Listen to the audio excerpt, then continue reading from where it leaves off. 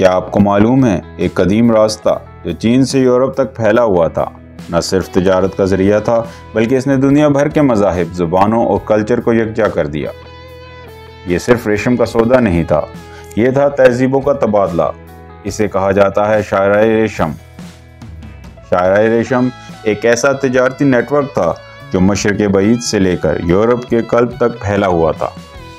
چین کا شہر زیان اس کا آغاز اور روم، قسطنطنیہ اور بغداد اس کے پڑاؤ تھے۔ یہ صرف تجارت نہیں، ایک تمدنی کارواں تھا۔ سوچئے، سینکڑوں میل کا سفر، صحرائیں، پہاڑ، برف، ڈاکو، سیاسی کشیدگیاں۔ یہ قافلے ریشم، مسالے اور ہاتھی دانت لے کر نکلتے تھے، مگر ہر لمحہ خطرہ ہوتا۔ ٹکلا مکان کا صحرا، دنیا کا سب سے خطرناک ریتلا علاقہ۔ پامیر کے پہاڑ، جہاں سردی ہڈیوں تک اترتی تھی۔ وسطی ایشیائی خانہ بدوش، جن کا سامنا قافلوں سے اکثر ہوتا۔ یہ صرف قدرتی رکاوٹیں نہیں تھیں، ہر علاقے کی اپنی فیس، الگ قوانین اور اکثر اوقات بادشاہوں کی آپس کی جنگیں۔ تاجروں کو محتاط رہنا پڑتا۔ اب بات کرتے ہیں ان عظیم شہروں کی جہاں شاہراہ ریشم نے تمدن کا مرکز بنایا۔ سمرقند، تیمور کی سلطنت جہاں علم، فن اور فلکیات پروان چڑھے۔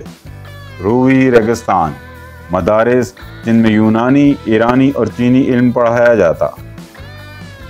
بخارا، اسلامی علم کا مرکز، یہاں سے حدیث، تفسیر اور فلسفہ پھیلتا۔ فارسی ادب کی نایاب کتابیں لکھی گئیں۔ کاشغر، سنگم مذاہب، بدھ مت، اسلام اور توحید کا ملاپ۔ جادو، تعویذ، لوک قصے، سب ایک ساتھ۔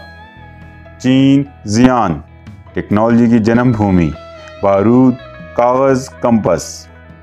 یہاں صرف اشیاء نہیں بکتی، یہاں روحیں بدلتی تھیں۔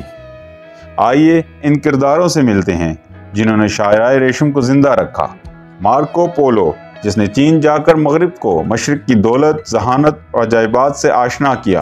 ابن بطوطہ، آیا ہوں بڑی دور سے کھسکاتا ہوا جوتا، میں ابن بطوطہ، جو مراکش سے ہند، چین اور وسطی ایشیا تک اس راستے پر سفر کرتا رہا۔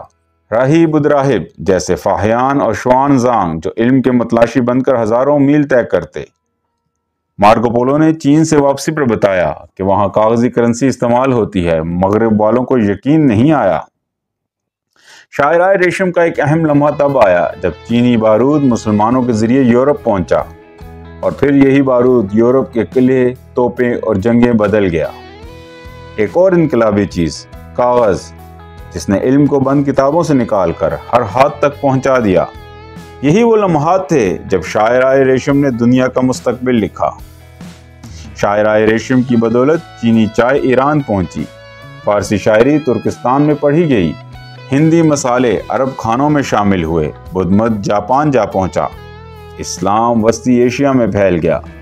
شاہراہ ریشم دراصل دلوں کا راستہ تھی۔ آج چین نے بیلٹ اینڈ روڈ انیشیٹو کے ذریعے اسی راستے کو زندہ کیا ہے۔ اب کارواں نہیں، کنٹینر چلتے ہیں، مگر جذبہ وہی ہے۔ گوادر، کشغر، استنبول، یہ سب ایک نئے شاہراہ ریشم کا حصہ ہیں۔ شاہراہ ریشم کوئی عام راستہ نہیں، یہ وہ دھاگا تھا جس نے مشرق کو مغرب سے جوڑا۔ ایک ایسا سفر جو آج بھی جاری ہے۔ شکل بدل گئی ہے مگر جذبہ وہی ہے۔ آپ کا اس تاریخی داستان کے بارے میں کیا خیال ہے؟ کیا ہم آج بھی کسی نئی شاہراہ ریشم کا حصہ بن رہے ہیں؟ کمنٹس میں اپنی رائے دیجیے اور اگلی ویڈیو دیکھنا نہ بھولیے، جس میں ہم کھولیں گے سمرقند، تیمور کی کھوئی ہوئی سلطنت کے راز۔